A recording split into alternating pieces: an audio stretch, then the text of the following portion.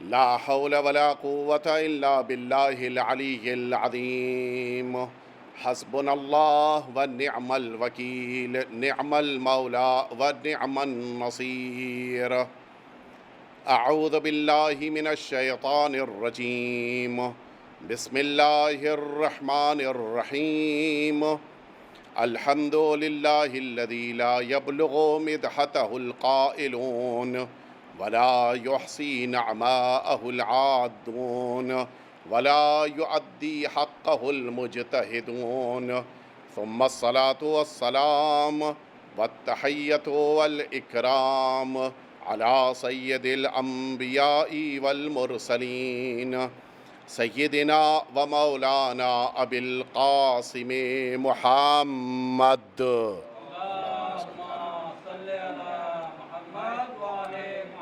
صلى الله عليه وعلى أهل بيته الأطيبين الأنجبين الذين أذهب الله عنهم الرجس وطهرهم تطهيرا اللهم صل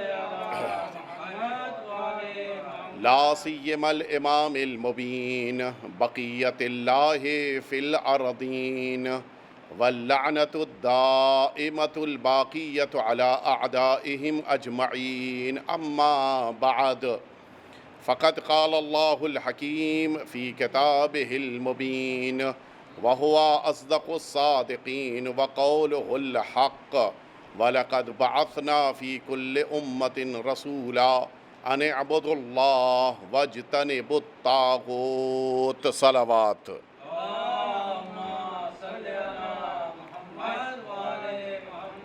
اذان محترم، کربلا اور انسان کامل کے عنوان کے تحت مسلسل آپ ان مجالس عزا میں شرکت فرما رہے ہیں، اور آپ کی خدمت میں یہ بات عرض کی گئی کہ کربلا انسانوں کو وہ عظیم درس دیتی ہے کہ جس عظیم درس کے حاصل کر لینے کے بعد انسان اپنی دنیا کو بھی سنوار لیتا ہے اور اپنی آخرت کو بھی بہترین انداز سے سنوارتا ہے۔ انسان کو اگر اس دنیا میں کچھ ترقی حاصل کرنی ہے اور اپنے کمال کے راستوں کو طے کرنا ہے تو اسے کربلا سے درس لینا ہوگا۔ کربلا انسانوں کو یہ بات سکھاتی ہے کہ تمہیں اللہ رب العزت کی طرف اپنی پوری توجہ کو قرار دیتے ہوئے اس کی بارگاہ سے آئے ہوئے ایک نیک، بہترین اور کامل انسان کی شکل میں خود کو پیش کرنا ہے۔ انسان کو اللہ نے جب اس دنیا میں بھیجا ہے تمام اچھائیوں کے ساتھ بھیجا ہے۔ یہ کون بتائے گا کہ کن اچھائیوں کو ہمراہ رکھنے کی بنا پر انسان کامل ہو سکتا ہے؟ یہ کون بتائے گا کہ کن برائیوں کو چھوڑ دینے کی بنا پر انسان اللہ سے قریب ہو سکتا ہے؟ یہ ہمیں کربلا سکھا رہی ہے، یہ ہمیں کربلا بتا رہی ہے، اور اسی لیے جو جتنے قدم کربلا کی طرف بڑھاتا جاتا ہے اتنا ہی زیادہ اپنے اندر وہ نکھار پیدا ہوتے ہوئے محسوس کرتا ہے، وہ اتنا ہی زیادہ اپنے کو رب العزت کی بارگاہ سے قریب محسوس کرتا ہے، وہ اتنا ہی زیادہ اللہ کا مقرب بندہ بنتا ہے۔ انسان اگر چاہتا ہے کہ اپنے پروردگار کے نیک بندوں میں اس کا بھی شمار ہونے لگ جائے تو پھر اسے کربلا کی بارگاہ میں آ کر سیکھنا ہوگا، درس لینا ہوگا۔ یہ فرش عزا اسی لیے ہے تاکہ انسانوں کو بتائے کہ تمہیں کس طرح سے اپنی زندگی کو سنوارنا ہے۔ یہ فرش عزا اسی لیے ہے تاکہ جب آئے تو صرف انسان آئے، جب اس فرش عزا سے اٹھ کے جائے تو انسان کامل بن کے واپس جائے۔ یہ کربلا یہی درس دیتی ہے اور یہ فرش عزا ہمیں یہی سکھاتا ہے۔ لہٰذا وہ تمام اچھائیاں کہ جنہیں حاصل کرنے کا انسان کو شوق ہے، اور وہ تمام برائیاں کہ جنہیں انسان کو چھوڑنا ہے، ان سب کو سیکھنے کے لیے کربلا کی درسگاہ میں آنا ہوگا۔ ایک اہم پیغام کہ جس کی طرف آج مجھے متوجہ کرانا ہے کہ جس کا ایک خاص رشتہ سرزمین کربلا سے ہے، یہ اتنا اہم پیغام ہے کہ کربلا اس کے بغیر نامکمل ہے۔ یہ اتنا اہم پیغام ہے کہ جس کے بغیر پروردگار اپنے بندوں کی نعمتوں میں اضافہ نہیں کرتا ہے۔ یہ اتنا اہم پیغام ہے کہ جس کا شکوہ پروردگار نے قرآن مجید میں کیا ہے۔ بڑی اہم بات میں بڑے اہم لفظوں کو استعمال کرتے ہوئے کہہ رہا ہوں کہ یہ اہم بات وہ ہے کہ جس کا شکوہ میرے پروردگار نے کیا ہے۔ انسان شکوہ کس موقع پر کرتا ہے؟ شکوہ تب کرتا ہے جب کسی چیز کو وہ پسند کرتا ہو لیکن سامنے والا اس کو اختیار نہ کرے۔ مثال کے طور کے اوپر باپ اپنے بیٹے سے یہ چاہتا ہے، مثلاً کہہ رہا ہوں صرف سمجھانے کے لیے، باپ یہ چاہتا ہے کہ اس کا یہ بیٹا قرآن مجید سیکھ لے، نہیں سیکھ رہا ہے تو چونکہ باپ کی آرزو کے مطابق نہیں ہو رہا ہے لہٰذا وہ شکوہ کرتا ہے کہ بیٹا کاش کہ تم قرآن سیکھ لیتے، کاش کہ تم قرآن کی بارگاہ میں آ جاتے، کاش کہ تم قرآن مجید کو اچھی طرح سے سمجھ لیتے۔ یہ شکوہ بتا رہا ہے کہ باپ کی آرزو ہے، بیٹے نے عمل نہیں کیا ہے۔ اللہ جب بندوں سے شکوہ کر رہا ہے تو پھر اس کے معنی ہے کہ پروردگار کی آرزو ہے، بندے اس کو بجا نہیں لا رہے ہیں۔ جس درس کو میں آپ کے سامنے عرض کرنا چاہ رہا ہوں یہ درس اتنا اہم ہے کہ کربلا اسی درس پر مکمل ہو رہی ہے۔ یہ درس اتنا امپورٹنٹ ہے کہ کربلا نے اس درس کو سب سے آخر میں سب کے لیے رکھا ہے۔ حتیٰ آپ اس وقت فرش عزا پر بیٹھے ہیں، آپ کو اس عمل کو انجام دینا ہے۔ آپ اپنے اپنے گھروں میں اس فرش عزا کی مجلس کو سن رہے ہیں، آپ کو اس عمل کو انجام دینا ہے۔ حتیٰ وہ کہ جو اولاد کی شکل میں ہے اسے اپنے والدین کے لیے اس عمل کو انجام دینا ہے۔ بہت سارے اوقات ہم چونکہ متوجہ نہیں ہوتے لہٰذا اس عمل کو اگنور کر دیتے ہیں یا عادتاً انجام دیتے ہیں، ہیبیچولی انسان اس کو انجام دیتا ہے، یہ اہمیت نہیں رکھتا۔ پوری توجہ کے ساتھ اس کو انجام دینا، پورے احساس کے ساتھ اسے انجام دینا، یہ بڑا اہم ہے۔ ایک انسان جس موقع کے اوپر بینک میں جا کر اپنے کچھ اماؤنٹ کو ایف ڈی کر دیتا ہے، کیوں؟ اس لیے کہ وہ یہ چاہتا ہے کہ اس کا یہ اماؤنٹ 6 سال 7 سال 10 سال میں جسٹ ڈبل ہو جائے، ٹرپل ہو جائے۔ ایک تمنا، ابھی تو خیر کم ہے، پہلے زمانے میں زیادہ ہوتا تھا کہ ایف ڈی کے ذریعے سے اماؤنٹ اچھا خاصا بڑھ جاتا تھا۔ یہ انسان اپنے اماؤنٹ کو بڑھانے کے لیے ایف ڈی کر رہا ہے، لیکن کیا اس بینک کا بھروسہ ہے کہ وہ 10 سال تک زندہ رہے گا؟ بہت سے بینک، میں نام نہیں لینا چاہتا، کہ ایسا ڈوبے کہ جن میں پیسہ رکھنے والے بھی ڈوب گئے۔ ہوا نہیں ہوا؟ 10 سال 15 سال 20 سال انسان اتنا آگے کے لیے سوچ کے پیسہ رکھ رہا تھا، وہ بینک ٹوٹ گیا، پیسہ لے کے بھاگ گئے لوگ۔ اب نتیجہ کیا ہوا؟ ہمارا پیسہ ہمارا ہی نقصان ہو گیا۔ پروفٹ ملنا تو دور کی بات ہے، وہ جو میرا خود کا پیسہ اپنا پیسہ تھا وہ بھی مجھے ریٹرن نہیں مل پایا۔ اور فرما رہے ہیں آپ، یا ہو سکتا ہے کہ بینک میں پیسہ آپ نے رکھا تھا لیکن بینک نے بعد میں کہا نہیں ہم تو نہیں دیں گے، آپ جو چاہیں کر لیجئے، ضد پہ اڑ گیا۔ انسان کیا کر لے گا؟ جھوٹ بول رہا ہے سامنے والا، مکر و فریب کر رہا ہے سامنے والا، دھوکہ دے رہا ہے سامنے والا، اس کا دیوالیہ نکل گیا ہے سامنے والے کا، کچھ بھی ہو سکتا ہے۔ یا اگر ایک انسان کے پاس پیسہ رکھایا ہے کہ تم اپنے بزنس پہ پیسہ لگا دو اور پھر ایک اماؤنٹ مجھ کو ہر مہینے ہر سال دیتے رہنا، وہ جس کو پیسہ دیا تھا وہ خود مر گیا۔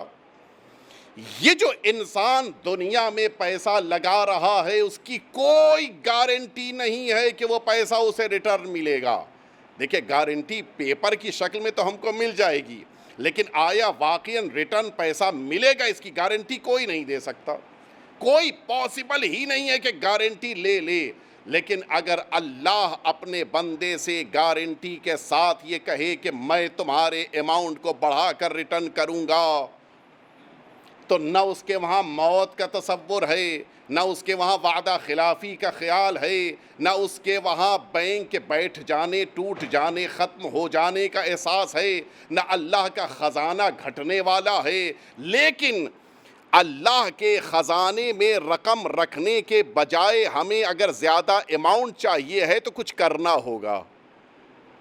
وہاں بینک اماؤنٹ لے لیتا ہے، غور کیجئے گا آپ، 1,00,000 آپ سے لے لے گا اور پھر 10 سال کے بعد 2,00,000 دے گا۔ 10 سال تک وہ 1,00,000 بھی آپ کو نہیں ملے گا۔ اللہ جو آپ کا اماؤنٹ ہے وہ آپ کو ہی دے کر استعمال کا حق بھی دے رہا ہے اور ایک عمل کی بنا پر اسی کو بڑھائے دے رہا ہے۔ بینک سے زیادہ اطمینان بھی ہے، گارنٹی بھی ہے، اور خود وہ اماؤنٹ میرے پاس ہے، وہ بینک نے ہم سے لے لیا تھا، اللہ لے بھی نہیں رہا ہے۔ ہمیں کرنا کیا ہے؟ میں نے جیسا عرض کیا، اتنا اہم یہ پیغام ہے کہ کربلا اس کے بغیر نامکمل ہے۔ اتنا اہم پیغام ہے کہ ہمیں آج ابھی اس وقت اس عمل کو انجام دینا ہے۔ وہ عمل کون سا ہے کہ جس کی بنا پہ ہمارا اماؤنٹ بڑھ رہا ہے؟ وہ عمل کون سا ہے کہ جس کے چھوڑ دینے سے جو ملا ہے وہ واپس چلا جا رہا ہے؟ وہ عمل کون سا ہے کہ جس کے لیے اللہ نے شکوہ کیا ہے؟ وہ ایک عمل ہے۔ اللہ چاہتا ہے کہ تم میری دی ہوئی نعمتوں پر میرے شکر گزار بن جاؤ۔ بڑا آسان ہے، انسان کے اندر نعمتوں کا احساس پیدا ہو جائے اور پھر وہ شکر بجا لائے، یہ پروردگار کو پسند ہے۔ اور اسی لیے وَقَلِيلٌ مِّنْ عِبَادِيَ الشَّكُورُ، پروردگار نے قرآن مجید میں آواز دی کہ میرے بندوں میں شکر کرنے والے بہت کم ہیں۔ شاید آپ سوچ رہے ہوں گے، یا وہ میرا مجمع جو دور دراز علاقوں تک میری آواز کو سن رہا ہے وہ سوچ رہا ہو کہ کربلا کا شکر سے کیا تعلق؟ شکر نعمتوں پر ہے، کربلا تو غم ہے۔ شکر تو نعمت ملے گی تو ہوگا، کربلا میں تو نعمتیں جا رہی ہیں، پھر کیسا شکر؟ میں عرض کروں گا آپ کی خدمت میں۔ لیکن یہ توجہ رہے، اگر انسان چاہتا ہے کہ پروردگار کا نیک اور سعادت مند بندہ بن جائے تو پھر اسے اپنے پروردگار کی بارگاہ میں شکر گزار بننا ہوگا۔ آپ قرآن مجید کا لہجہ ملاحظہ فرمائیں، جب بھی قرآن مجید نے کسی بات کو بہت زیادہ وزنی بنانے کے لیے بڑی امپورٹنس کے ساتھ کسی بات کو پیش کرنا چاہا ہے، وہاں پر تاکید استعمال کی ہے۔ یہ تاکید جملے میں وزن پیدا کر دیتی ہے۔ جیسے ہمارے ساتھ بھی ہوتا ہے، میں کہوں کہ میں جاؤں گا، آپ سوچیں گے شاید ہو سکتا ہے نہ بھی جائیں۔ میں کہوں نہیں، میں ضرور جاؤں گا، تو یہ ضرور سے آپ سمجھ گئے کہ یہ واقعاً جائیں گے۔ اور اگر میں یہ کہوں میں ضرور ضرور جاؤں گا، تو آپ نے کہا کہ اب کچھ بھی ہو جائے یہ جائیں گے ضرور۔ یہ تاکید ہے یا نہیں ہے؟ قرآن مجید نے جب شکر کے موقع پر اللہ کے لہجے کو بیان کیا تو وہاں 3 تاکیدوں کے ساتھ لَإِن شَكَرْتُمْ لَأَزِيدَنَّكُمْ، یہاں پہ لام بھی تاکید ہے، وہ افراد کے جو عربی گرامر سے واقف ہیں، یہاں پہ لام بھی تاکید ہے، نون جو نون تاکید ہے خود موجود ہے، وہ بھی ثقیلہ جو خود ڈبل ہے۔ لَأَزِيدَنَّكُمْ قرآن مجید کی یہ 3 تاکید اور 1 تاکید اور جملے کے اندر ہے، یہاں 4 تاکیدیں اللہ اختیار کر رہا ہے۔ کیا کہہ رہا ہے؟ اگر تم میرے شکر گزار بنو گے تو بلا شبہ یقیناً بالضرور تمہاری نعمت کو بڑھا دوں گا۔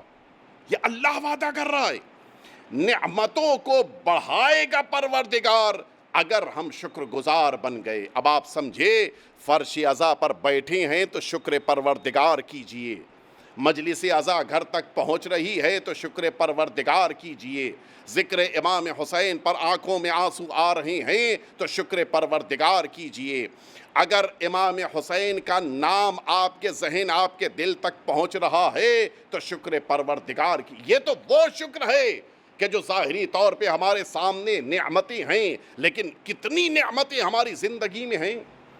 ہم کو حیات ملی، شکر پروردگار، ہمیں پروردگار نے اس عمر تک زندہ رہنے کا موقع دیا، شکر پروردگار، اس عمر میں ہماری آنکھ محفوظ، ہمارے کان محفوظ، ہماری زبان محفوظ، ہمارے دل کو پروردگار نے محفوظ رکھا، ہمارا دماغ محفوظ، ہمارے بدن کے ایک ایک پارٹس محفوظ، شکر پروردگار۔ اگر صرف انہی کو کاؤنٹ کرتے جائیے کتنی نعمتیں ہوتی جا رہی ہیں۔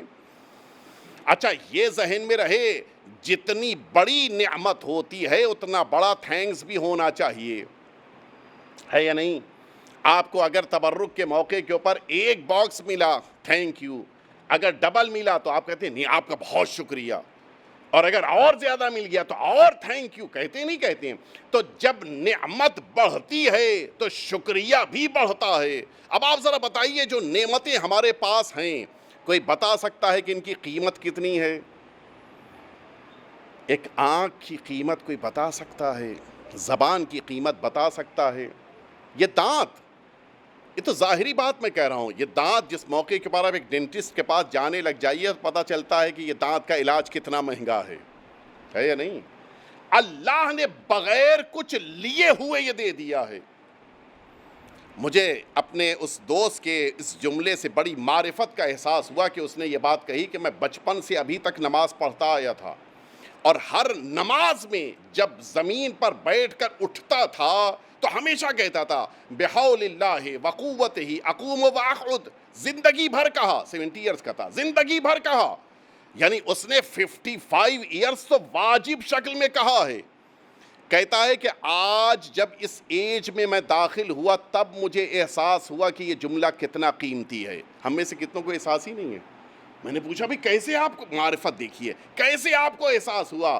کہا جس موقع کے اوپر اٹھتے وقت میرے گھٹنوں نے میرا ساتھ چھوڑا، اور تب میں نے یہ کہا کہ اللہ کی دی ہوئی طاقت اور توانائی کے ذریعے سے، بحول اللہ اس کا ترجمہ، اللہ کی دی ہوئی طاقت اور توانائی کے ذریعے سے میں اٹھتا اور بیٹھتا ہوں، تب مجھے احساس ہوا کہ 55 سال سے میں اللہ کی دی ہوئی گھٹنے کی نعمت، نی کی نعمت کو استعمال کر رہا تھا، احساس بھی نہیں تھا مجھے۔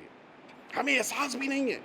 یہ جو نعمتیں اللہ نے ہمیں فراوان دی ہیں، آپ اگر اپنے گھر میں آج رات میں واپس پلٹیں اور آپ کو پتہ یہ چلے کہ آپ کے سامنے ٹیبل کے اوپر ایک گفٹ پیک رکھا ہوا ہے، پہلا سوال کیا ہوگا آپ کا؟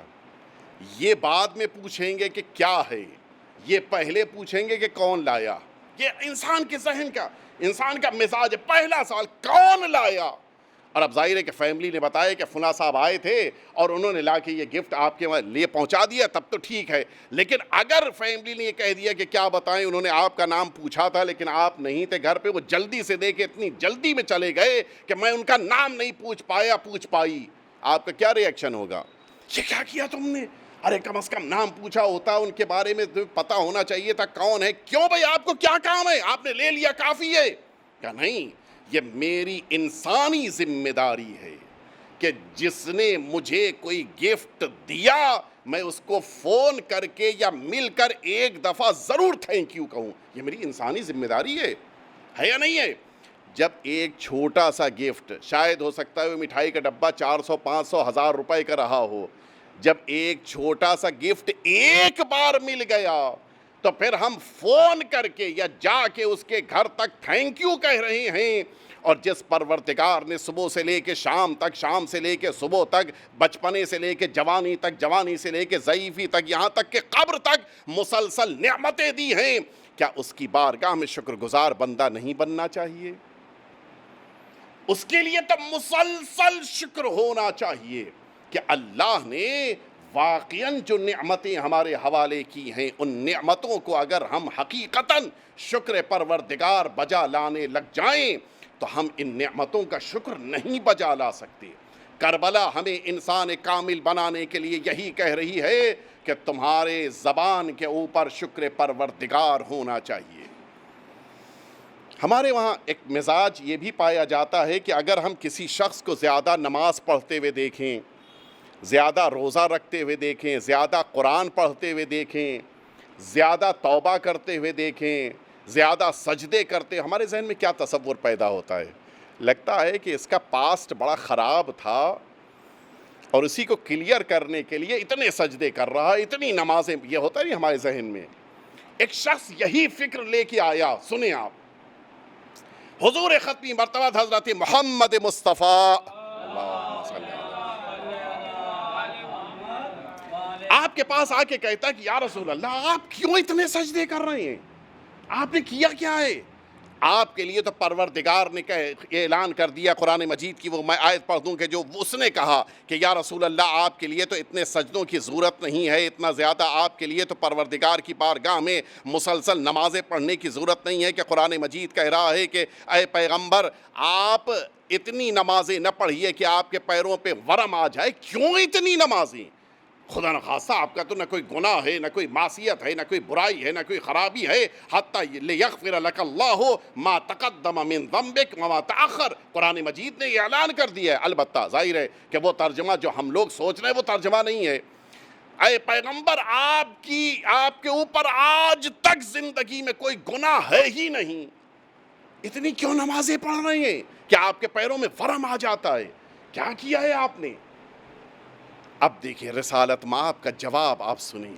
حضور اکرم نے فرمایا کہ یہ میرے سجدے، میری نمازیں، میری عبادت، میرا قرآن پڑھنا، میرا عبادتیں کرنا، میرا بندگی کرنا، یہ میرے گناہوں کی بنا پر نہیں ہے۔ کیوں ہے؟ فرماتے ہیں کہ افلا اکون عبدا شکورا، کیا میں اپنے پروردگار کی نعمتوں کو لینے کے بعد شکر گزار بندہ نہ بنوں؟ غور فرمایا آپ نے۔ اس کے معنی ہے کہ جس کے پاس زیادہ نعمت ہے اس کے پاس زیادہ شکر بھی ہونا چاہیے۔ رسول اللہ کو سب سے زیادہ اللہ نے نعمت دی ہے، انسان کامل بنایا، ان کو وجہ خلقت کائنات بنایا، ان کو سید المرسلین بنایا، ان کو خاتم النبیین بنایا، ان کو سید ولد آدم بنایا، ان کو حبیب اللہ کا لقب دیا۔ سارے مناصب پروردگار نے رسالت مآب کو دیے ہیں، سب سے زیادہ شکر ہے۔ ہمیں آپ کو پروردگار نے کتنا دیا ہے؟ دیکھیں یہ توجہ رہے، انسانوں کے درمیان سب سے زیادہ ہمارے پاس نعمت ہے، سب سے زیادہ۔ وہ ساری نعمتیں جو سارے انسانوں کے پاس ہیں وہ ہم سب کے پاس ہیں، یقیناً ہیں۔ اللہ نے الحمدللہ ہمیں درخت نہیں بنایا، ٹری نہیں بنایا، اللہ نے الحمدللہ ہم کو گدھا نہیں بنایا، اللہ نے الحمدللہ ہم کو گھوڑا نہیں بنایا، انسان بنایا۔ اچھا انسانیت میں تو سب کو پروردگار نے، سب کو الحمدللہ پروردگار نے دماغ دیا، دل دیا، آنکھ دی، کان دیے، ناک دی، سب کچھ پروردگار نے۔ اب انسانیت کا ایک شکر ہے یا نہیں ہے؟ اچھا اس شکر میں تو سب برابر ہیں۔ اور اوپر آ جائیے، پروردگار نے اپنے ان مخلوقات میں کچھ ہی لوگوں کو دولت اسلام دیا ہے۔ اب ہم مسلمانوں کی لسٹ میں آ گئے اور شکر بڑھ گیا۔ اور پھر ان مسلمانوں میں بھی پروردگار نے بہت ہی کم ایسے بندے ہیں کہ جنہیں دولت ایمان دیا ہے۔ اللہ نے ہمیں اور آپ کو دولت ایمان سے نوازا ہے تو ہمارا شکر بھی زیادہ ہونا چاہیے۔ آپ بقیہ امتوں سے اپنا مقابلہ نہ کریں۔ بقیہ امتوں کو پروردگار نے یقیناً کتاب دی، لیکن ان کی کتاب کو منسوخ کر دیا۔ ہمیں جو کتاب دی اس کو ناسخ یعنی قرآن مجید بنایا۔ مکمل شریعت بقیہ کو نہیں دی تھی، ہمیں مکمل شریعت دیا۔ ہمیں جو رسول دیا وہ رسول کامل دیا۔ ہمیں جو اہل بیت اطہار دیے وہ کامل دیے۔ ہمیں جو شریعت دی وہ مکمل دی۔ ہمیں جو قرآن ملا وہ ناسخ قرآن، سب سے بہتر قرآن ملا۔ ہمیں جو اہل بیت اطہار کی محبت کے ساتھ یہ عزاداری ملی وہ عظیم نعمت کی شکل میں پروردگار نے عطا کیا۔ تو اب یہ نہ کہیے کہ وہ تو کم سجدے کرتے ہیں، ہم کیوں زیادہ سجدے کریں؟ ان کے پاس نعمتیں کم ہیں، آپ کو اس لیے زیادہ سجدے کرنے ہیں کہ آپ کے پاس نعمتیں زیادہ ہیں۔ ایک دفعہ مل جل کے صلوات بھیج دیں آپ کو۔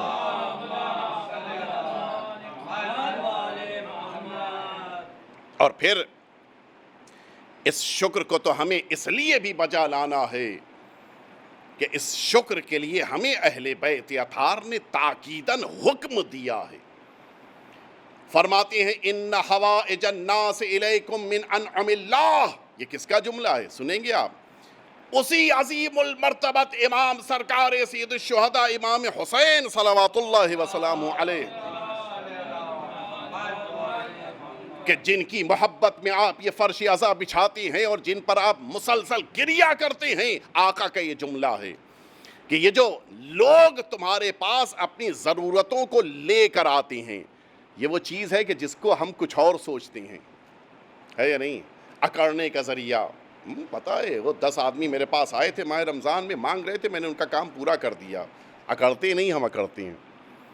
فرماتے ان حوائج الناس الیکم من انعم اللہ، لوگوں کا اپنی ضرورتوں کو لے کر تمہارے پاس آنا یہ اللہ کی نعمتوں میں سے ایک نعمت ہے. یعنی تمہیں اللہ نے اتنا دیا ہے کہ لوگ تم سے مانگنے آ رہے ہیں. اچھا یہ مانگنے کا، میں حدیث مکمل کرنے سے پہلے بات عرض کر دوں، مانگنے کا طریقہ الگ الگ ہوتا ہے.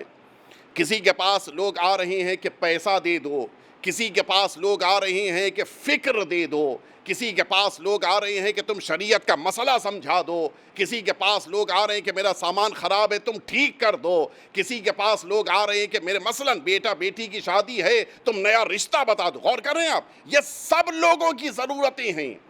لوگ علاج کرانے کے لیے ڈاکٹر کے پاس آ رہے ہیں، لوگ انجینئر کے پاس نقشہ بنوانے کے لیے جا رہے ہیں، لوگ دیوانے بنانے والے معمار کے پاس ضرورت کے لیے جا رہے ہیں. یہ ساری ضرورتیں، فرماتے ہیں کہ یہ ساری ضرورتوں کو لے کر اگر لوگ تمہارے پاس آ رہے ہیں من انعم اللہ، اللہ کی نعمتوں میں سے ایک یہ نعمت ہے.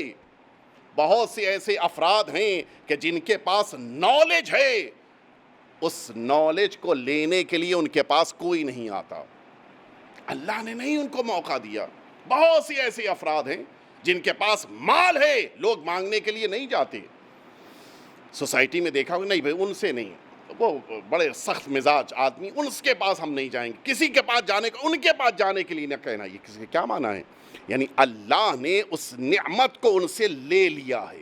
یہ میں اپنی طرف سے نہیں کہہ رہا ہوں، آقا کا جملہ ہے. فرماتے ہیں کہ ان حوائج الناس الیکم من انعم اللہ، دیکھو لوگوں کا اپنی ضرورتوں کو تمہارے پاس لے کے آنا یہ اللہ کی نعمتوں میں سے ایک نعمت ہے. فرماتے فلا تلومن، دیکھو کہیں ایسا نہ ہو کہ تم لوگوں کی نعمتوں کے سلسلے میں جو اللہ نے تمہیں توفیق دی ہے لوگوں کو ڈانٹنے لگ جاؤ، لوگوں کو جھڑکنے لگ جاؤ. نتیجہ یہ ہوگا کہ جو نعمت ہے وہ نقمت بن جائے گی. یہ مولا کی لفظیں ہیں. اس کے معنی کیا ہیں؟ لوگ اللہ کے کہنے سے آ رہے ہیں اور اپنی ضرورتوں کو پورا کر کے آپ کے پاس سے واپس جا رہے ہیں، تو پھر اب وہاں پر جھڑکنے کی بنا پر نقمت نہ پیدا کیجئے گا. وہی نعمت انسان کے لیے باعث عذاب بن جاتی ہے کہ جس نعمت کو دوسروں کو دینے سے انسان ہاتھ روک لیتا ہے. یہ ذہن میں رہے کہ اگر اللہ نے یہ نعمت دی ہے تو اس نعمت کو دوسروں کو بھی دینے کی کوشش کریں. علم دیا ہے. میں ایک زمانہ تھا کہ مجھے توفیق ملی تھی ایک مرد مومن کو، یہاں کی بات نہیں ہے لہٰذا نہ تو نام لوں گا نہ میں تفصیل بتاؤں گا. ایک ایسے مرد مومن کو ایک زمانے میں پڑھاتا تھا کہ جس مرد مومن کو بہت بڑی مہارت حاصل تھی یہ چشموں سے متعلق، کہ کیسا بھی چشمہ ٹوٹا ہو وہ اس کو جوڑ دیتا تھا، اور اس طرح سے جوڑتا تھا کہ آپ کو ذرا سا پتہ بھی نہیں چلے کہ اس کے اندر کوئی عیب تھا. اتنا مہارت تھی اس کی. اچھا میں چونکہ پڑھاتا تھا، زیادہ قریب تھا، میں نے ایک دن اس سے پوچھا کہ یہ بتاؤ یہ تمہارے پاس یہ نالج ہے، میں نے بڑی محنت کی ہے. وہ کہتا تھا بڑی محنت کی ہے، بڑی ریسرچ کی ہے. یہاں اچھا اس زمانے میں تو زیادہ نیٹ تو عام تھا نہیں، میں نے بڑی محنت کی. اس کے لیے کہاں میں نے اپنی نالج کو لے کے گیا، لوگوں سے پوچھا، اور اس کے جو اسکالرز سے ان سے پوچھا، سب کو جمع کیا ہے تو یہ میں نے اپنے پاس پایا ہے. میں نے اس سے یہ بات پوچھی کہ یہ بتاؤ تم کسی کو یہ بات سکھا کے جاؤ گے یا نہیں جاؤ گے؟ کوئی تمہارا شاگرد، کوئی تمہارا اسسٹنٹ، کوئی تمہاری دکان کا ورکر؟ نہیں، کسی کو نہیں بتاؤں گا. میں نے اس سے کہا اچھا لوگ کس مزاج کی ہوتی ہیں آپ محسوس کریں. میں نے اس سے کہا کہ اچھا ٹھیک ہے، تم کم از کم اپنے بیٹے کو تو بتا کے جاؤ. یہ جو تمہارے پاس نالج آئی ہے، مہارت آئی ہے، ہنر آیا ہے، اس کو اپنے بیٹے کو دے کے جاؤ. اس نے کہا نہیں، اس کو بھی نہیں دے کے جاؤں گا. اس کو سیکھنا ہے تو خود محنت کر کے اوپر ہے، میں نہیں سکھاؤں گا. یہ اصل اللہ کی طرف سے توفیق کا نہ ملنا ہے انسان کے لیے. اسی لیے اسلام کہتا ہے کہ زکوٰۃ العلم نشرہ، تم جو علم لے چکے ہو اس کو دوسروں تک پہنچاؤ. اس لیے کہ جب کسی مال کی زکوٰۃ دی جاتی ہے تو وہ مال بڑھ جاتا ہے. تم علم کی زکوٰۃ کو دے کر دوسروں تک علم پہنچاؤ گے، یہ نہ سوچنا کہ تمہارا علم گھٹ جائے گا، اللہ تمہارے علم کو بڑھاتا رہے گا. اس لیے کوشش کرنی چاہیے کہ اللہ نے جو نعمت دی ہے، چاہے وہ مال کی شکل میں ہو، چاہے وہ علم کی شکل میں ہو، ان ساری نعمتوں پر انسان کو کوشش کرنی چاہیے کہ اس کو لوگوں کو عطا کرے۔ کیسے انسان کی نعمت جب اللہ دیتا ہے تو اس میں اضافہ بھی کرتا ہے شکر کرنے کی بنا پہ۔ جناب عیسیٰ ایک بار گزر رہے تھے اور انہوں نے دیکھا کہ ایک شخص ہے کہ جو زمین پہ بیٹھا ہوا ہے، عالم یہ ہے کہ وہ چل پھر نہیں سکتا تھا۔ گئے، قریب گئے، پتہ یہ چلا کہ یہ سارے مرض ہیں کہ جو بہرحال بہت زیادہ ان کا تذکرہ مناسب نہیں ہے، البتہ قرآن مجید نے بھی ان مرضوں کا، ان بیماریوں کا ذکر کیا ہے۔ اس طرح کی اس کے اندر بیماریاں تھیں کہ جو دوسروں تک پھیلتی تھیں۔ جناب عیسیٰ نے اس کے دیکھا، اس کے ہاتھ خراب ہو چکے تھے، اس کے پیر خراب ہو چکے تھے، اس کا بدن اتنا زیادہ خراب ہو چکا تھا کہ اب وہ اپنی جگہ سے ہل بھی نہیں سکتا تھا، آنکھیں جا چکی تھیں اس کے کان بہت زیادہ اچھی طرح سے نہیں سن پاتے تھے، کافی تیز بولو تو سن سکتا تھا، عجیب کیفیت میں وہ انسان تھا۔ جناب عیسیٰ اس کے پاس گئے، دیکھا بیٹھا ہوا اللہ کا شکر کر رہا ہے۔ خدا را تیرا شکر، پروردگار تیرا شکر، خدا را تیری بارگاہ میں شکر بجا لاتا ہوں۔ جناب عیسیٰ نے بڑے تعجب سے اس کے کان کے قریب میں اپنے منہ کو لے جا کر، البتہ یہ ذہن میں رہے یہ جو اونچا سننے والے افراد ہیں ان کو بڑے ہی پولائٹ انداز میں پولائٹلی اپنی بات کو سمجھا لے جانا یہ اسلام کی نگاہ میں بہترین صدقہ ہے۔ چیخنا، چلانا، ان کے اوپر غصہ کرنا، اسلام اس کو پسند نہیں کرتا۔ بڑے وقار کے ساتھ گئے، خاص انداز میں جناب عیسیٰ نے اس سے گفتگو کی، کہی بتاؤ تمہارے پاس کیا بچا ہے جس کے لیے شکر کر رہے ہو؟ بچا کیا ہے تمہارے پاس؟ آنکھ جا چکی ہے، کان اونچا سن رہے ہیں، ہاتھ پیر کی انگلیاں سب خراب ہو چکی ہیں، بیماری تھی اس کو، پیر تمہارا خراب ہو چکا ہے، تم چل پھر نہیں، بچا کیا تمہارے پاس کہ جس کے لیے شکر کر رہے ہو؟ اس نے جواب دیا کہ پروردگار کا اس لیے شکریہ کر رہا ہوں کہ پروردگار نے اتنی ساری نعمتیں واپس لیں لیکن ناشکرہ بندہ مجھے نہیں بننے دیا۔ سب سے بڑی نعمت یہ ہے، یعنی میرے جو وجود کی نعمت ہے وہ ابھی میرے پاس باقی ہے اور پروردگار نے ناشکرہ مجھے نہیں بننے دیا۔ سنیں گے آپ شکر پروردگار نعمتوں کو بڑھاتی کیسے ہے؟ جناب عیسیٰ کو حکم ہوا کہ اس بندے کے جسم کے اوپر اپنے ہاتھ کو مس کرو، اور جناب عیسیٰ کو پروردگار نے جو ہاتھ کا معجزہ دیا تھا طبابت کا کہ جس کی بنا پر اب رسوا وہ جو قرآن مجید کہہ رہا ساری بیماریاں دور ہو جاتی تھیں، جناب عیسیٰ نے اپنے دست مبارک کو اس کے بدن کے اوپر رکھا، اس کا برص بھی ٹھیک ہو گیا، اس کا جزام بھی ٹھیک ہو گیا، اس کی آنکھ بھی ٹھیک ہو گئی، اس کا کان بھی ٹھیک ہو گیا، اس کی انگلیاں بھی ٹھیک ہو، پورا بدن ٹھیک ہو گیا۔ جناب عیسیٰ نے دنیا کو پیغام دیا کہ اگر دیکھنا چاہتے ہو کہ کس عمل کے فوراً بعد تمہاری نعمت میں اضافہ ہوتا ہے تو آؤ دیکھو، شکر کرتے جاؤ، نعمتوں میں اضافہ ہوتا جائے گا۔ ایک دفعہ مل جل کے صلوات بھیج دیا۔ اس کربلا کا ہم سے یہی مطالبہ ہے، شکر کرو۔ میں بار بار کہہ رہا ہوں، آپ کے ذہن متوجہ رہیں کہ کربلا کا شکر سے کیا رشتہ ہے، اس کی طرف میں لے کے آؤں۔ اس سے پہلے میں قرآن مجید کی 2 آیتوں کو آپ کے سامنے عرض کر دوں تاکہ ہمارے ذہن اس بات کی طرف متوجہ ہو جائیں کہ حقیقتاً قرآن مجید نے ہم سے اس بات کی تمنا اور آرزو کی ہے کہ ہم سب زیادہ سے زیادہ نعمت پروردگار پہ شکر گزار بنیں۔ قرآن مجید کہہ رہا ہے کہ وَاشْكُرُوا نِعْمَتَ اللَّهِ إِن كُنتُمْ إِيَّاهُ تَعْبُدُونَ، اگر تم اللہ کی عبادت کرتے ہو تو شکر ضرور بجا لاؤ۔ ایسا نہ ہو کہ تم صرف عبادت کر کے اٹھ کے چلے جاؤ۔ یہ جو ہمارے وہاں تاکید ہے کہ نماز پڑھ لینے کے بعد اپنے سر کو سجدے میں رکھ کے شکراً للہ کہو، وہ اسی لیے۔ کیوں؟ اس لیے کہ یہ جو تم نے نماز پڑھی ہے یہ اللہ پر احسان نہیں کیا ہے۔ یہ نہ سوچنا کہ ماشاءاللہ سے آج کیا ملکوتی نماز میں نے اللہ کے لیے پڑھی ہے، نہیں، تم نے جو نماز پڑھی ہے اس میں کل اللہ کا دیا ہوا تھا۔ تمہارے ذہن نیت کی، وہ نیت کے لیے توفیق اللہ نے دی تھی، تمہارے ہاتھ اٹھ کے کان تک گئے، یہ توفیق اللہ کی دی ہوئی تھی، تمہاری زبان پہ سورہ الحمد یاد رہا، یہ توفیق اللہ کی دی ہوئی تھی، تمہیں دوسرا سورہ یاد رہا، یہ توفیق اللہ کی دی ہوئی تھی، تم جو رکوع میں گئے اور سبحان ربی العظیم و بحمدہ کہا، یہ اللہ کی دی ہوئی توفیق تھی، تم جو سجدے تک جھک کر گئے، یہ بھی اللہ کی دی ہوئی توفیق تھی کہ جس کی بنا پر تم اللہ کے عبادت گزار بنے ہو، ورنہ ہو سکتا ہے تمہیں اللہ اٹھنے بیٹھنے کی طاقت تم سے چھین لیتا، ہو سکتا ہے کہ پروردگار تمہاری میموری کو تم سے چھین لیتا، ہو سکتا ہے کہ پروردگار تمہارے ذہن کو خراب کر دیتا، ساری چیزوں سے اللہ نے بچا کر رکھا، لہٰذا اب اللہ کی بارگاہ میں عبادت کے مکمل ہو جانے پر شکر گزار بننا۔ یہ جو ماہ مبارک رمضان کے مکمل ہو جانے پر عید کا دن ہے، وہ شکر کا دن ہے۔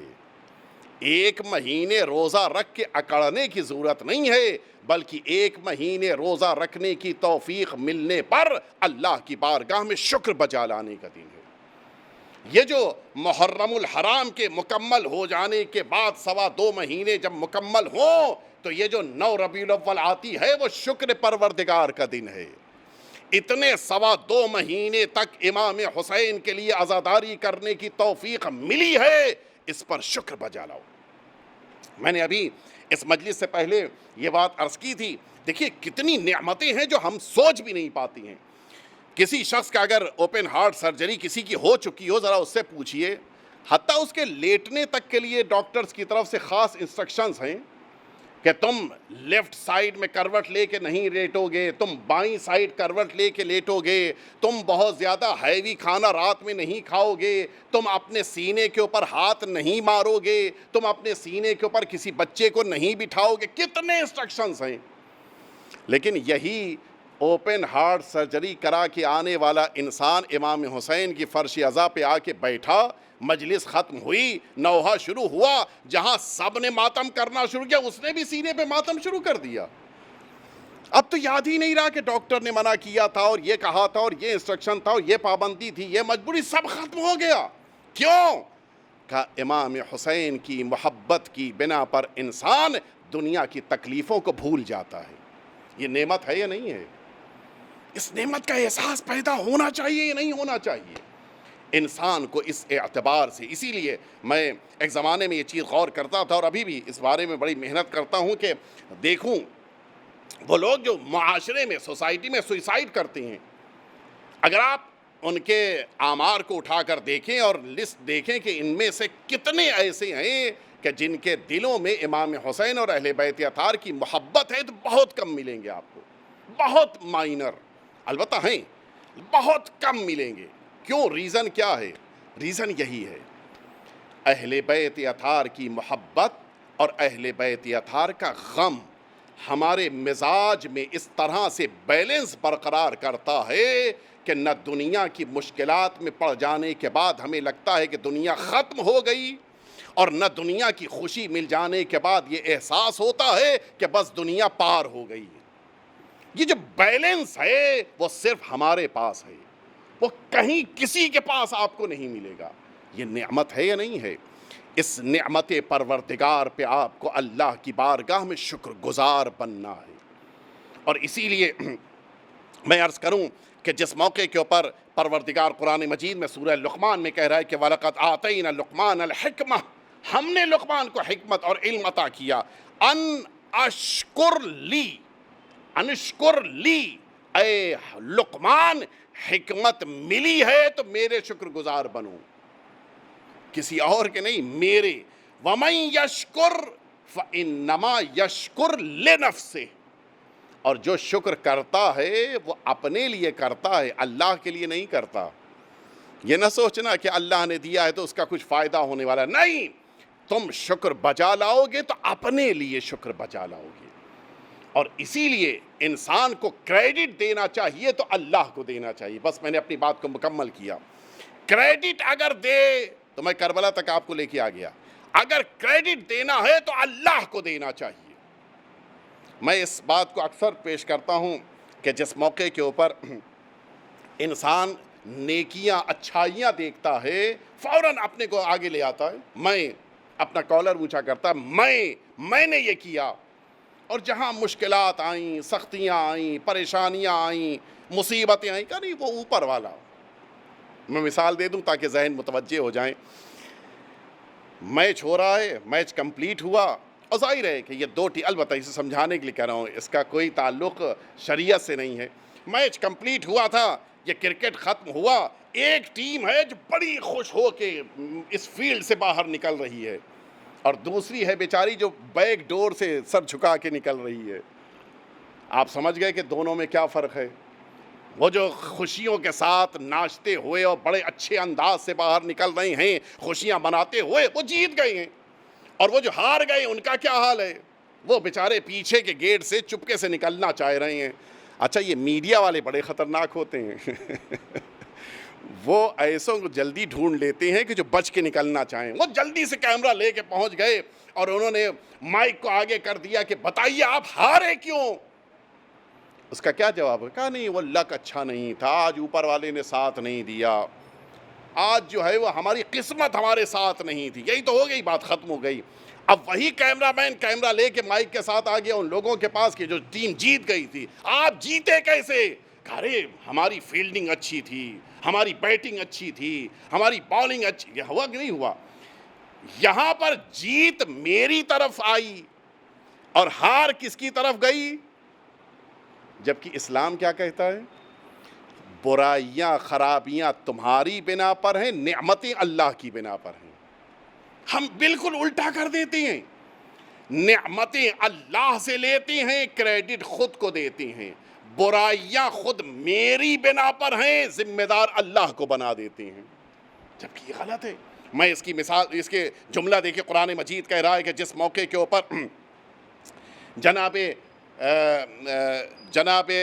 جناب سلیمان کے سامنے جناب آصف برقیہ موجود ہیں، اور انہوں نے کتنا بڑا کام، میرے پاس وقت نہیں بچا، میں جلدی عرض کر رہا ہوں، کتنا بڑا کام کیا تھا. جناب آصف برقیہ نے جس موقع کے اوپر جناب سلیمان نے کہا تھا کہ مجھے تخت بلقیس چاہیے ہے، اس موقع کے اوپر جنات نے کہا تھا کہ ہم آپ کے اٹھنے سے پہلے لے آئیں گے، اور اس موقع کے اوپر آصف برقیہ نے کہا تھا کہ انا آتی کا قبل ان یرتد الیک طرفک. آپ کی یہ پلک، یہ جو انسان کی پلک ہے، اس کے جھپکنے سے پہلے ہم پریزنٹ کر دیں گے آپ کے سامنے. وہ جو 7 پردے میں رکھ کے بلقیس آئی تھی، ابھی راستے میں ہے، جس کمرے میں اس نے اپنے تخت کو رکھا تھا اس کو لاک کیا تھا، اس کے بعد والے کمرے کو لاک کیا تھا، اس کے بعد والے کمرے کو، یہ 7 تالے تھے، اور آصف برقیہ نے ان 7 تالوں میں موجود اس تخت کو پلک جھپکنے سے پہلے پہنچا دیا. ابھی جناب سلیمان کی آنکھ کی پلک جھپکی نہیں کہ سامنے آ گیا وہ تخت بلقیس آ گیا. البتہ بات آ گئی تھی، یہ بھی عرض کر دوں میں، بات چل رہی تھی ہمارے اور آپ کے امام جعفر صادق علیہ الصلاۃ والسلام، مولا کہ سارے اصحاب بیٹھے ہیں، اور کسی ایک صحابی نے کہا کہ مولا آصف برقیہ تو بڑے کمال کے تھے. مولانا نے پوچھا کیا کمال کر دیا؟ ہم بھی تو سنیں ان کے بارے میں. کہا انہوں نے تو اتنی جلدی تخت بلقیس پہنچا دیا تھا جو 7 پردے میں بند تھا، اس کو پلک جھپکنے کے پہلے پہنچا دیا. امام نے فرمایا کہ تمہیں آصف برقیہ کے اس عمل پر اتنا تعجب ہو رہا ہے؟ کہ ہاں مولا، اتنا بڑا کام کیا تھا. مولا نے فرمایا کہ جو علم آصف برقیہ کے پاس تھا وہ ہمارے علم کے مقابل اسی طرح تھا جیسے سمندر کے سامنے قطرہ. آپ نے محسوس کیا ایک قطرے کا یہ حال ہے. مجھے جملہ کہنے دیجئے، جب قطرے کا یہ حال ہے کہ 7 پردوں سے تخت کو پلک جھپکنے سے پہلے پہنچا سکتا ہے، تو جب قطرہ اتنا کر سکتا ہے تو پھر سمندر اگر سورج کو پلٹا ہے تو تعجب کیوں ہوتا ہے؟ ایک دفعہ مل جل کے صلوات بھیج دیں آپ، اس سے بہتر صلوات بھیج دیں آپ حضرات.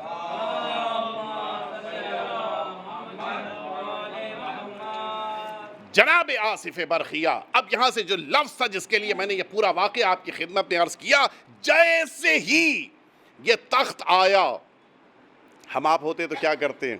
دیکھا مجھے، میرا کمال دیکھا، میں نے کتنا بڑا کام کیا. میں اپنے بارے میں کہتا نہ کہتا، جناب آصف برخیہ قرآن کہتا ہے کہ جیسے ہی انہوں نے دیکھا کہ سامنے تخت لا کے رکھ دیا گیا ہے تو اب لوگ تعریف کرتے، کیا کہنا آصف برخیہ کا، کیا کہنا آصف برخیہ کے علم کا، کیا کہنا ان کے کمال کا، ساری تعریفیں ہوتی۔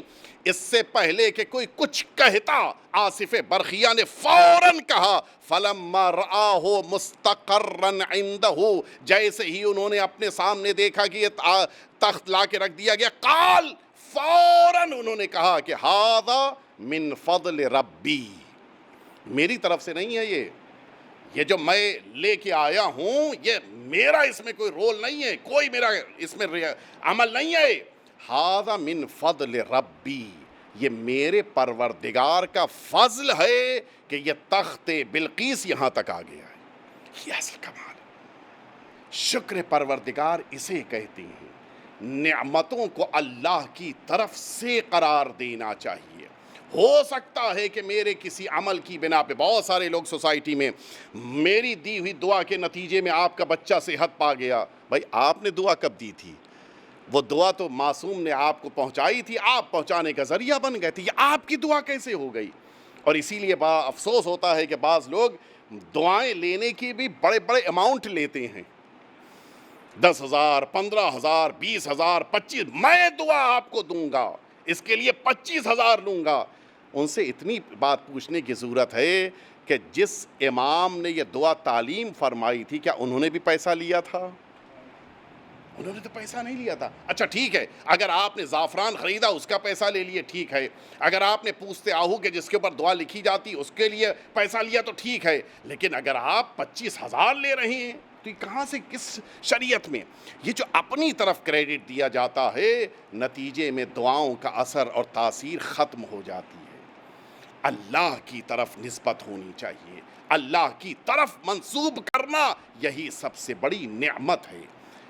نعمت کا احساس پیدا ہو جائے کہ یہ نعمت اللہ نے مجھے عطا کی ہے، انسان کے اندر واقعاً کسی قسم کا غرور نہیں پیدا ہوتا۔ اب آئیے، یہ جو میں بار بار کہہ رہا تھا کہ کربلا ہمیں درس شکر دیتی ہے، کیوں یہ میں نے جملہ کہا تھا آپ سنیں گے۔ البتہ آج سے وہ تاریخیں شروع ہو گئی ہیں کہ جن تاریخوں میں ہم سب کو زیادہ مصائب کا ذکر کرنا ہے، زیادہ گریہ کرنا ہے، زیادہ اہل بیت اطہار کی بارگاہ میں پرسہ پیش کرنا ہے، لیکن ہم کوشش کریں گے کہ اپنی بات کو مکمل کر لے جائیں اور اس کے بعد پھر مصائب آپ کے سامنے عرض کریں۔ ابھی میں اپنی بات مکمل کر لوں تب پھر آپ متوجہ ہوں کہ واقعاً کربلا شکر کا درس دیتی ہے۔ دیکھیں، اللہ کی بارگاہ سے جو کچھ بھی ہمیں مل رہا ہے وہ ساری چیزیں ہمارے لیے نعمت ہیں۔ پھر سے میں دہرا رہا ہوں اس لفظ کو، اللہ کی طرف سے جو کچھ بھی مل رہا ہے وہ سب نعمت ہے۔ کیا کیا اللہ کی طرف سے مل رہا ہے؟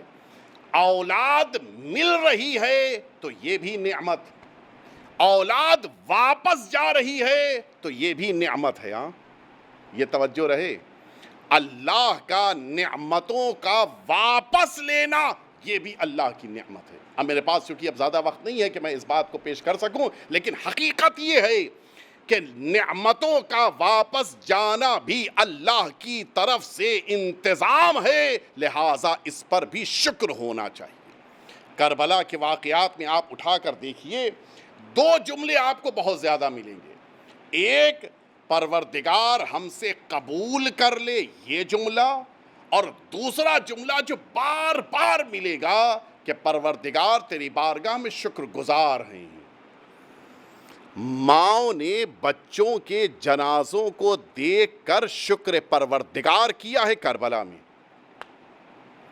حتیٰ اس عظیم المرتبت خاتون نے کہ جس خاتون کی تربیت صدیقہ طاہرہ نے اپنے ہاتھوں سے کی تھی، اس خاتون نے مقتل میں کھڑے ہو کر شکر پروردگار کیا ہے۔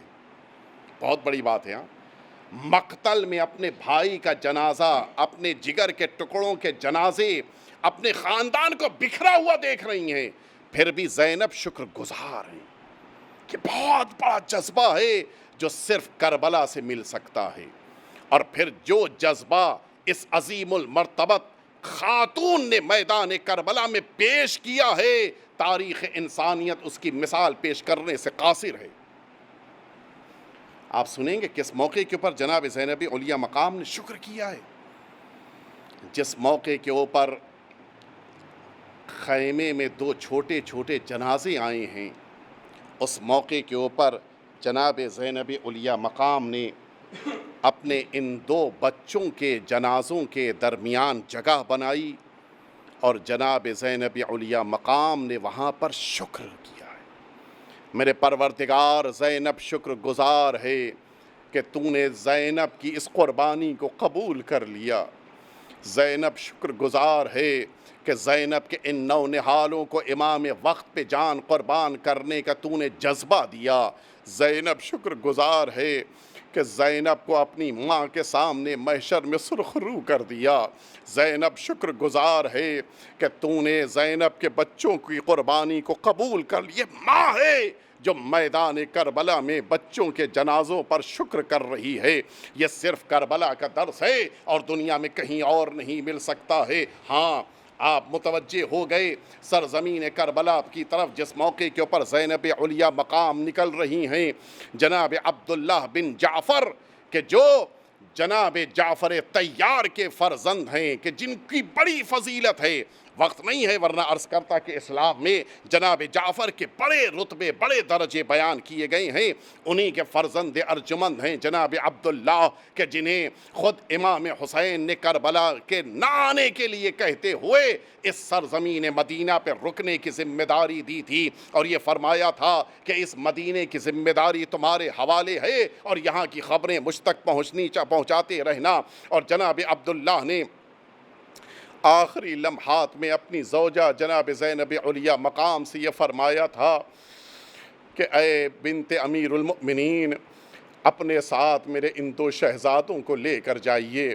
جب کربلا میں کوئی سخت وقت پڑے گا تو ان 2 شہزادوں میں سے ایک کو خود کی طرف سے پیش کر دیجئے گا اور دوسرے کو میری طرف سے پیش کر دیجئے گا۔ اسی لیے میدان کربلا میں زینب علیہ مقام نے جس موقع کے اوپر اصحاب کی قربانیاں مکمل ہو گئیں، زینب علیہ مقام نے اپنے ان 2 شہزادوں کو، اپنے ان 2 نونہالوں کو اپنے ہاتھوں سے سجایا، ان کے ہاتھوں کے اوپر ان کے سروں پہ امامے باندھے، ان کی کمر میں تلواریں باندھیں، اور ان دونوں بچوں کو بھیجا، جاؤ اپنے ماموں سے جا کر اجازت لو اور جا کے میدان کربلا میں تم شہادت کا جام پیو۔ یہ دونوں بچے امام حسین کے پاس آئے۔ امام حسین نے ان بچوں کو دیکھنے کے بعد آواز دی، بچوں جاؤ اپنی ماں کی خدمت کرو۔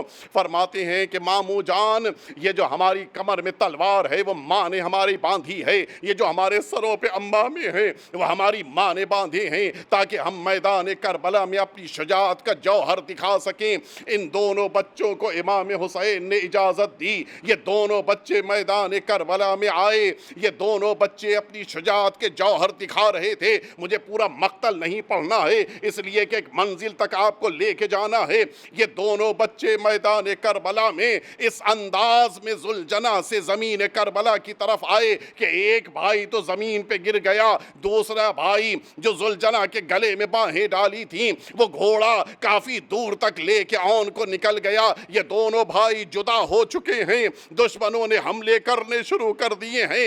امام حسین بلندی سے دیکھ رہے تھے، جلدی جلدی میدان کربلا کی طرف بڑھے، لیکن جس موقع کے اوپر امام حسین سرانے پہنچے، یہ دونوں شہزادے شہید ہو چکے تھے۔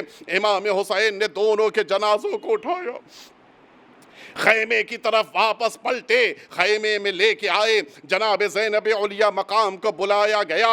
زینب نے ان بچوں کے درمیان اپنے ان دونوں بچوں کے لیے شکر پروردگار بجا انجام دیا۔ بس یہاں پہ مصائب مکمل ہو جانے چاہیے تھے، لیکن آپ جملہ سنیں، میں نے دیکھنا شروع کیا کہ شاید زینب ان بچوں کا ماتم کریں، لیکن عجیب مرحلہ ہے، زینب نے ان بچوں کا ماتم نہیں کیا۔ میں نے سوچنا شروع کیا شاید ذمہ داریاں زیادہ زیادہ تھیں، زینب ان بچوں کا ماتم نہ کر پائی ہو، لیکن 11 محرم کو جب قافلہ نکلنے لگا پھر میں نے مقتل میں ڈھونڈنا شروع کیا کہ جب زینب کی نظر ان چھوٹے چھوٹے بچوں کے جنازے پہ پڑے گی، ماں کا دل ہے، سینے میں ماں کا دل دھڑک رہا ہے، یہ ضرور اپنے بچوں کا ماتم کرے گی، لیکن زینب کی آنکھوں میں بچوں کے لیے آنسو نہ دکھائی دیے۔ میں نے پھر دیکھنا شروع کیا کہ یہ قافلہ کوفہ اور کوفے سے شام جا رہا ہے، نیزوں کی بلندی کے اوپر چھوٹے چھوٹے سر ہیں، شاید زینب بچوں کے سر کو دیکھ کے رو دیں، لیکن زینب نے پھر بھی ماتم نہ کیا۔ میں نے پھر دیکھنا شروع کیا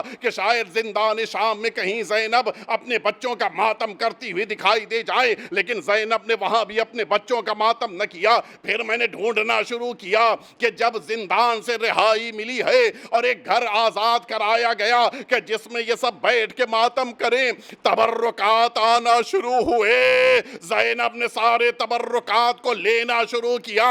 عباس کا سر ہے، ام کلثوم کو دیا، علی اصغر کا سر ہے، رباب کو دیا، علی اکبر کا سر ہے، ام لیلہ کو دیا، قاسم کا سر ہے، ام فروا کو دیا۔ اب جو دو چھوٹے چھوٹے سر آئے، زینب نے ان بچوں کے سروں کو دیکھا تو ہے لیکن نہ آغوش میں لیا، نہ زینب نے گریہ کیا، بلکہ جب حسین کا سر آیا ہے زینب نے جلدی سے اپنی آغوش کو بڑھا دیا، ارے میرے حسین کا سر آیا ہے۔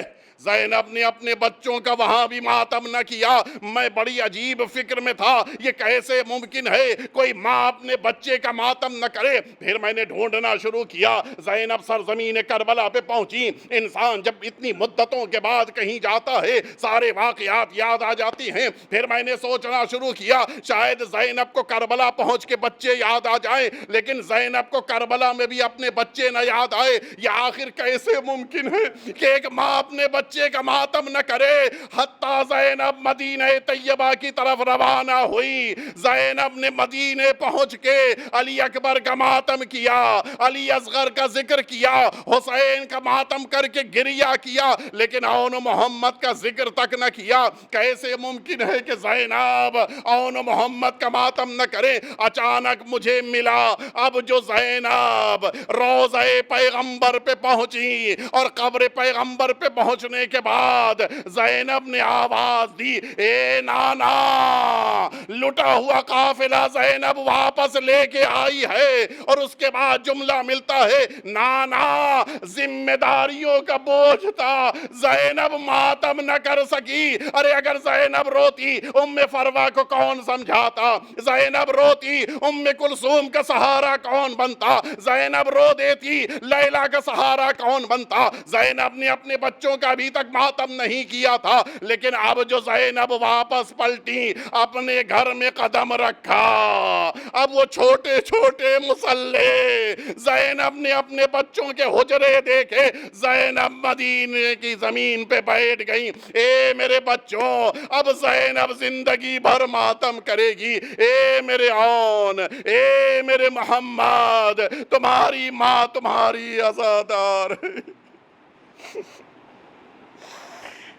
لعنت اللہ علی القوم الظالمین وسیعلم الذین ظلموا ای منقلب ینقلبون۔ الہی بحق الزہرا و ابیہا و بعلہا و بنیہا والسر المستودع فیہا ان تصلی علی محمد و آل محمد۔ پروردگار تیری بارگاہ میں بہترین دعا ہے، ہم سب کے آقا اور مولا سرکار ولی عصر کے ظہور میں تعجیل فرما، ہم سب کو حضرت کے خدمت گزاروں میں غلاموں میں شمار فرما۔ پروردگار ہم سب کو کربلا سے درس لیتے ہوئے شکر کی توفیق عنایت فرما۔ پروردگار وہ مؤمنین اور مؤمنات جو پریشان حال ہیں جناب اون اور جناب محمد کے صدقے میں ان سب کو شفائے کامل و عاجل عطا فرما۔ پروردگار اس کورونا کے شر سے تمام انسانیت کو نجات عنایت فرما۔ پروردگار ہم سب کو امام حسین کے عزاداروں میں شمار فرما۔ ربنا تقبل منا انک انت السمیع العلیم۔ ماتم حسین۔